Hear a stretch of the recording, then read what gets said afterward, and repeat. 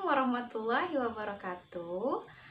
Apa kabarnya anak-anak ustazah? Semoga kalian semua dalam keadaan sehat walafiat. Nah, kembali lagi dalam pembelajaran IPA. Pada kesempatan kali ini kita akan membahas mengenai ciri-ciri makhluk hidup dan benda tak hidup atau benda mati. Jadi, mari tonton video ini sampai habis ya. Kita mulai pembelajaran kita dengan mengucapkan Anak-anak Bismillahirrahmanirrahim. Kali ini kita akan membahas mengenai ciri-ciri makhluk hidup dan benda tak hidup. Mari kita perhatikan gambar berikut. Cheetah adalah salah satu hewan yang mampu berlari dengan cepat. Begitu juga dengan mobil. Mobil mampu bergerak dengan cepat juga. Tetapi, kenapa mobil tidak dikatakan sebagai makhluk hidup? Mengapa ya? Untuk lebih mengetahui lagi, mari kita pelajari bersama. Untuk dikatakan sebagai makhluk hidup, ada 8 ciri-ciri yang harus dimiliki. Apa-apa saja? Yang pertama yaitu bergerak. Gerak adalah perubahan posisi seluruh atau sebagian tubuh makhluk hidup. Dan mobil sama-sama bisa bergerak. Tetapi kenapa mobil tidak dikategorikan sebagai makhluk hidup? Karena mobil dikendalikan oleh manusia. Artinya mobil tidak dapat berjalan atau bergerak dengan sendirinya. Yang selanjutnya pada burung. Burung biasa melakukan gerakan berupa mengepak-ngepakkan sayapnya atau terbang. Sedangkan pada ikan, biasa ikan bergerak dengan cara berenang. Nah, jadi bagaimana dengan tumbuhan? Apakah tumbuhan bergerak? Ternyata tumbuhan juga bergerak loh. Tetapi tidak seluruh bagian dari tumbuhan ikut berpindah posisi. Misalnya gerak pada saat bunga mekar. Kemudian ada juga gerak pada tumbuhan yaitu gerak batang pada tumbuhan yang mengarah ke arah datangnya sumber cahaya. Ciri yang kedua yaitu bernafas. Apa itu bernafas? Bernafas adalah proses pengambilan oksigen atau O2 dari udara dan pengeluaran karbon dioksida atau CO2 ke udara. Jadi bernafas adalah proses memasukkan oksigen ke dalam tubuh dan mengeluarkan karbon dioksida atau zat sisanya. Nah, pada ikan bernafas melalui insang. Kemudian pada serangga, pernafasan dilakukan menggunakan trakea. Yang selanjutnya, pada katak. Nah, untuk kalian ketahui, katak bernafas dengan kulit. Kenapa? Karena kulit katak selalu dalam keadaan basah dan mengandung banyak kapiler sehingga gas pernafasan mudah berdifusi. Makanya katak bernafas melalui kulit. Bagaimana dengan tumbuhan? Apakah tumbuhan juga bernafas? Ternyata tumbuhan juga bernafas. Alat pernafasan pada tumbuhan biasanya disebut dengan stomata. Stomata ini biasa terdapat pada daun yang ada di tumbuhan. Ciri makhluk hidup yang ketiga yaitu memerlukan nutrisi atau makanan. Nah, coba kalian bayangkan seandainya seharian kalian tidak makan dan minum. Apa yang kalian rasakan? Pasti tubuh kalian akan terasa lemas. Kenapa? Karena kalian tidak bertenaga. Kemudian, tanaman jika tidak disiram, apa yang akan terjadi? Pasti tanaman tersebut akan layu dan lama-kelamaan akan mati. Begitu juga dengan hewan. Apabila hewan tidak makan, maka lama-kelamaan hewan akan mati.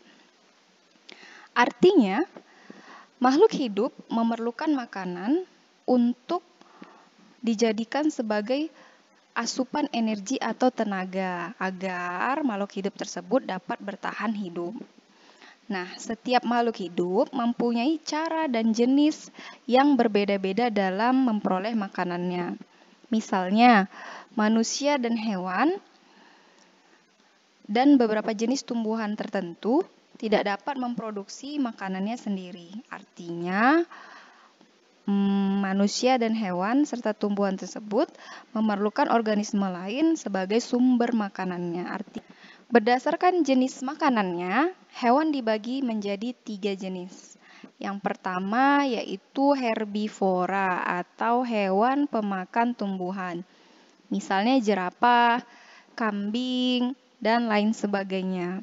Yang selanjutnya adalah karnivora atau hewan pemakan daging. Contohnya singa, elang, harimau, dan lain sebagainya. Yang terakhir ada omnivora atau hewan pemakan tumbuhan dan daging. Atau biasa kita sebut sebagai hewan pemakan segalanya. Contohnya ayam, tikus, kemudian itik, dan lain sebagainya. Nah, hewan dan manusia tidak dapat menghasilkan zat makanannya sendiri, sehingga hewan dan manusia disebut sebagai heterotrof atau tidak mampu menghasilkan makanannya sendiri. Sedangkan tumbuhan disebut sebagai autotrof. Kenapa? Karena tumbuhan mampu menghasilkan makanannya sendiri, yaitu melalui proses fotosintesis. Fotosintesis adalah proses pembuatan energi atau proses produksi zat makanan berupa glukosa yang berlangsung menggunakan cahaya matahari. Nah, ini adalah salah satu bentuk dari kuasa Allah yang wajib kita syukuri. Kenapa? Karena Allah telah memberikan semua yang dibutuhkan oleh makhluknya. Proses fotosintesis berawal dari penangkapan karbon dioksida yang ada di sekitar tumbuhan atau penyerapan karbon dioksida melalui jaringan stomata yang ada di daun. Selanjutnya, air dan garam mineral akan diserap oleh akar dan disalurkan ke daun melalui batang tumbuhan. Lebih tepatnya yaitu melalui jaringan xilem. Kemudian, energi matahari yang ditangkap oleh tumbuhan melalui bantuan klorofil atau zat hijau daun mengubah air atau H2O dan karbon dioksida atau CO2 menjadi senyawa glukosa atau zat gula. Selanjutnya, zat gula hasil fotosintesis akan digunakan sebagai sumber energi untuk aktivitas hidup tumbuhan. Misalnya untuk membentuk daun baru, bunga, buah, biji, serta mengganti sel-sel yang rusak. Kemudian sisa dari glukosa akan disimpan sebagai cadangan makanan, baik itu di batang, misalnya pada tanaman tebu dan sagu. Kemudian ada juga cadangan makanan yang disimpan di akar, seperti pada tumbuhan ketela dan wortel. Di dalam Al-Quran, Surah At-Takwir ayat 18 dan 17, nah pada ayat 18 yang berbunyi, Bismillahirrahmanirrahim. Was-subhi idza tanaffas. Yang artinya, dan demi subuh apabila fajar telah menyingsing. Nah, maksud ayat ini yaitu menjelaskan mengenai waktu fajar, di mana waktu ketika matahari terbit. Pada waktu fajar merupakan waktu di mana tumbuhan mulai melakukan proses pembentukan zat untuk bernafas. Karena di waktu inilah energi cahaya matahari mulai sampai ke bumi. Tanpa adanya cahaya matahari, tidak akan ada proses pembentukan oksigen secara alami dan tidak akan ada makhluk hidup yang dapat bernafas di bumi. Kenapa? Karena oksigen adalah bagian terpenting yang dibutuhkan makhluk hidup untuk bertahan hidup. Nah, oksigen alami dihasilkan oleh tumbuhan melalui proses fotosintesis yang terjadi di pagi dan di siang hari. Maka dari itu, sudah sewajarnya kita mensyukuri segala nikmat Allah yang telah Allah berikan kepada kita. Baik itu oksigen yang banyak yang disediakan oleh Allah yang dapat kita nikmati untuk proses hidup kita sehari-hari. Kemudian yang selanjutnya surah At-Takwir ayat ke-17. Bismillahirrahmanirrahim. Wallaili idza as'as. Artinya demi malam apabila telah larut. Nah, pada waktu malam hari tumbuhan beristirahat dalam melakukan proses fotosintesisnya, dan tumbuhan membiarkan atau meninggalkan karbon dioksida yang ada. Ciri makhluk hidup yang selanjutnya yaitu mengeluarkan zat sisa atau ekskresi. Ekskresi adalah proses pengeluaran zat sisa hasil metabolisme dari dalam tubuh. Mengapa zat sisa harus dikeluarkan dari dalam tubuh? Ya, benar. Karena zat sisa berbahaya bagi tubuh. Apabila kita biarkan di dalam tubuh, maka ia bersifat racun dan akan membahayakan bagi kesehatan kita. Ada 4 alat ekskresi pada manusia. Yang pertama yaitu kulit. Kulit biasanya mengeluarkan zat sisa metabolisme berupa keringat. Jadi keringat yang dikeluarkan melalui kulit mengandung air, garam, atau NaCl sehingga berasa sedikit asin. Yang selanjutnya adalah paru-paru. Paru-paru seperti yang kita ketahui, manusia bernafas menggunakan paru-paru. Disinilah terjadi proses pendistribusian oksigen ke seluruh tubuh. Dan zat sisa yang dihasilkan paru-paru yaitu karbon dioksida atau CO2. Alat ekskresi yang selanjutnya yaitu ginjal. Ginjal merupakan alat yang berperan penting dalam proses penyaringan darah. Kemudian ginjal menghasilkan zat sisa berupa urin. Alat ekskresi pada manusia yang terakhir yaitu hati. Hati berfungsi dalam memecah beberapa senyawa yang bersifat racun dan menghasilkan zat sisa berupa getah empedu dan urea. Ciri makhluk hidup yang kelima yaitu tumbuh dan berkembang. Manusia, tumbuhan, dan hewan mengalami pertumbuhan dan perkembangan. Pertumbuhan adalah proses pertambahan ukuran tubuh yang tidak dapat kembali lagi ke ukuran semula. Artinya, pertumbuhan dapat diukur dan dapat kita amati. Misalnya, dengan pertambahan tinggi atau pertambahan diameter, pertambahan volume, atau pertambahan berat. Nah, pertambahan ukuran tubuh terjadi karena adanya penambahan jumlah serta pembesaran sel-sel penyusun tubuh. Yang selanjutnya, perkembangan. Perkembangan dapat kita lihat ketika manusia mengalami masa pubertas. Perkembangan ini adalah proses perubahan menuju kedewasaan. Nah, biasanya ditunjukkan dengan adanya kemampuan untuk melakukan perkembangbiakan. Pada pertumbuhan makhluk hidup akan terhenti pada saat ukuran atau usia tertentu. Ciri makhluk hidup yang selanjutnya yaitu berkembang biak atau reproduksi. Nah, makhluk hidup berkembang biak dengan tujuan untuk menjaga spesiesnya agar tidak punah. Jadi berkembang biak adalah proses makhluk hidup dalam memperbaharui keturunannya untuk mempertahankan atau memelihara spesiesnya. Nah, Ada dua cara dalam proses perkembangbiakan, yaitu yang pertama generatif atau secara kawin, di mana bertemunya sel kelamin jantan dan sel kelamin betina. Yang selanjutnya yaitu vegetatif atau secara tidak kawin. Hewan memiliki beberapa cara untuk berkembang biak. Ada yang dengan cara ovivar atau bertelur, contohnya pada ayam.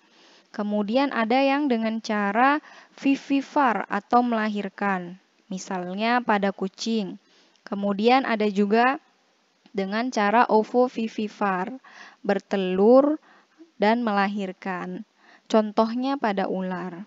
Nah, anak-anak ustazah, sebenarnya kelompok ovovivivar ini berkembang biak dengan cara bertelur. Hanya saja telurnya menetas di dalam tubuh induknya, sehingga ia terlihat seolah-olah melahirkan. Pada perkembangbiakan dengan cara vegetatif, misalnya pada tumbuhan, biasanya dilakukan dengan spora, umbi, tunas, stolon, dan rizoma. Kemudian perkembangbiakan dengan cara generatif pada tumbuhan biasanya melalui biji. Ciri makhluk hidup yang ketujuh yaitu iritabilitas atau peka terhadap rangsangan.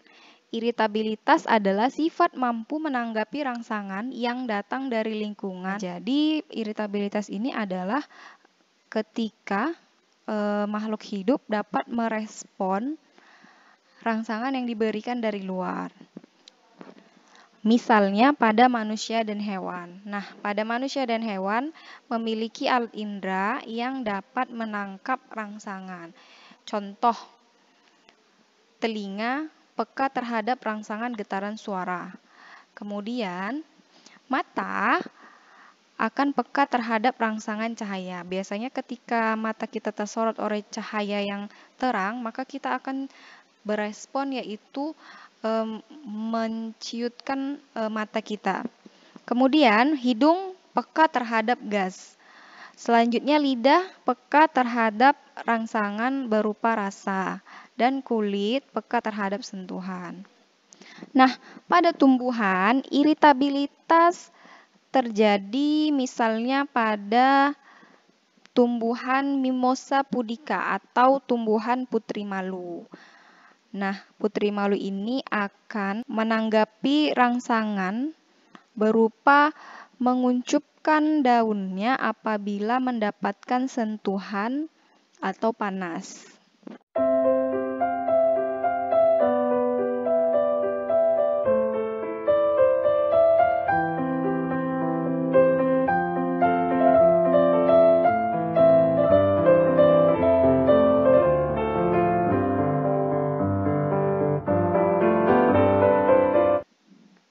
Selanjutnya, ciri makhluk hidup yang terakhir, yaitu beradaptasi. Apa sih adaptasi itu?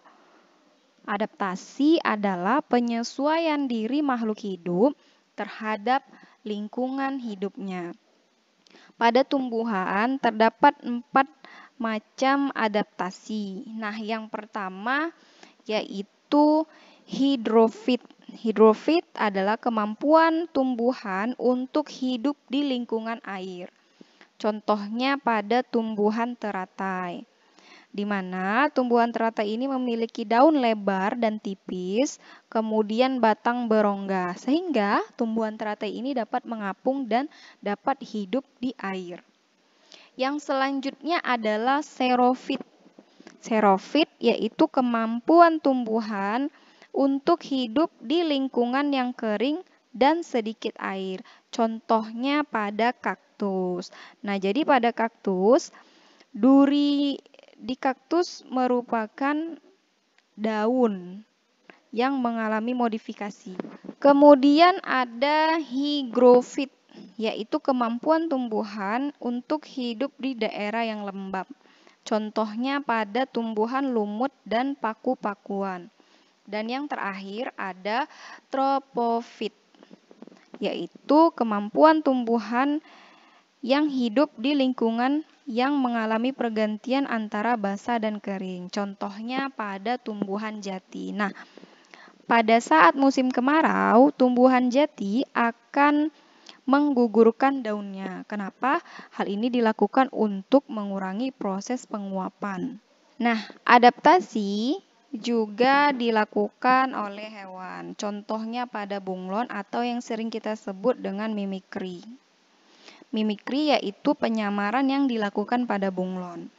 Nah, bunglon akan mengubah warna kulitnya menjadi serupa dengan lingkungan sekitarnya, sehingga keadaannya sulit terdeteksi oleh hewan predator. Jadi, bunglon biasa merubah warna kulitnya sesuai dengan tempat yang ia hinggapi. Nah, fungsinya apa? Untuk mengelabui predator agar bunglon tersebut tidak dimangsa oleh predator. Nah, perubahan warna ini dapat terjadi selama 20 detik. Tahukah kalian, ternyata bunglon itu terlahir dengan sel istimewa yang memiliki warna atau pigmen di dalamnya, yaitu kromatofora. Jadi rahasia di balik keajaiban ini adalah kromatofora yang berada dalam sel-sel di lapisan bawah kulit luar bunglon. Nah, lapisan teratas kromatofora ini memiliki pigmen atau warna merah atau kuning, sedangkan lapisan bawah mengandung pigmen biru atau putih. Nah, ketika sel-sel berpigmen ini berubah, maka warna kulit bunglon pun ikut berubah. Jadi, kromatofora itu berubah sesuai dengan perintah dari otak. Perintah tersebut berupa pesan agar sel membesar atau mengecil. Nah, proses ini menyebabkan pigmen bercampur seperti halnya cat. Kemudian ada ciri-ciri benda tidak hidup. Nah, jadi ciri-ciri benda tidak hidup yang pertama adalah tidak bergerak. Kalaupun bergerak biasanya ada yang mengendalikan, misalnya pada mobil, kemudian pada sepeda, pada kereta, dan lain sebagainya. Kemudian tidak bernafas. Jadi benda tidak hidup ini tidak bisa melakukan pernafasan. Kemudian tidak memerlukan makan. Yang selanjutnya tidak mengeluarkan zat sisa, tidak mempertahankan jenisnya, dan yang terakhir tidak menanggapi rangsangan. Contoh dari benda tidak hidup yaitu mobil, kemudian buku, telepon, kereta api, bola, meja, tanah, plastik, dan lain sebagainya. Yang terakhir, agar pemahaman kalian semakin lebih baik lagi, maka silakan jawab soal yang ada di buku pada halaman 78 nomor 1 sampai 13. Selamat mengerjakan. Nah, sekian pembahasan kita kali ini. Jadi saya simpulkan kembali yaitu mengenai ciri-ciri makhluk hidup, di mana ciri-cirinya ada 8. Yang pertama yaitu bergerak, kemudian yang kedua bernafas, yang ketiga memerlukan nutrisi atau makanan, kemudian yang keempat mengeluarkan zat sisa, yang kelima tumbuh dan berkembang, kemudian berkembang biak atau melakukan reproduksi, yang ketujuh iritabilitas atau menanggapi rangsangan, dan yang terakhir adaptasi. Sementara ciri-ciri dari benda yang tidak hidup atau benda mati yaitu tidak bergerak, tidak bernafas, tidak memerlukan makanan, tidak mengeluarkan zat sisa, tidak mempertahankan jenisnya, dan tidak menanggapi rangsangan.